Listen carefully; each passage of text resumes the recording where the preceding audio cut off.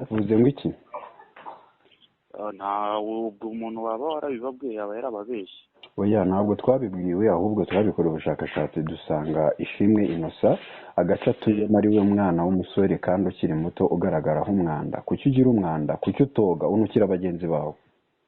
Oya, ahubwo agace ntuyemo niyo urebye wasanga ahubwo ari njyewe, ari njye ugira isuku kuko abandi bose ni mayibobo.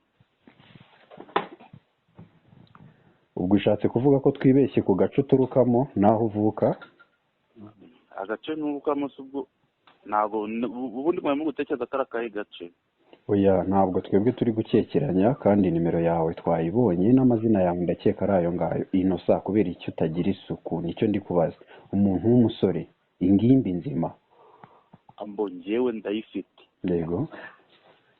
Unahamagaye na mudugudu wacu yabikubwira.